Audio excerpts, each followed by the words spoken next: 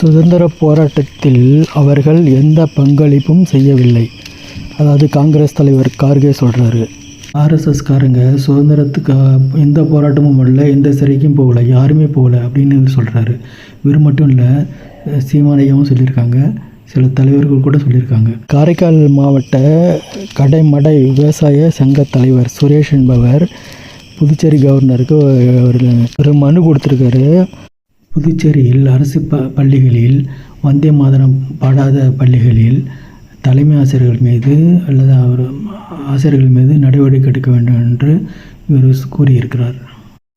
மாணவர்களுக்கு நாட்டுப்பற்று பற்றியும் தேசிய திட்டங்கள் குறித்தும் விழிப்புணர்வு வேணும்னு இவர் சொல்கிறாரு. தேசிய திட்டங்கள் நன்றாக இருந்தால் அது ஆட்டோமேட்டிக்காக எல்லாருக்கும் தெரிஞ்சிடும்.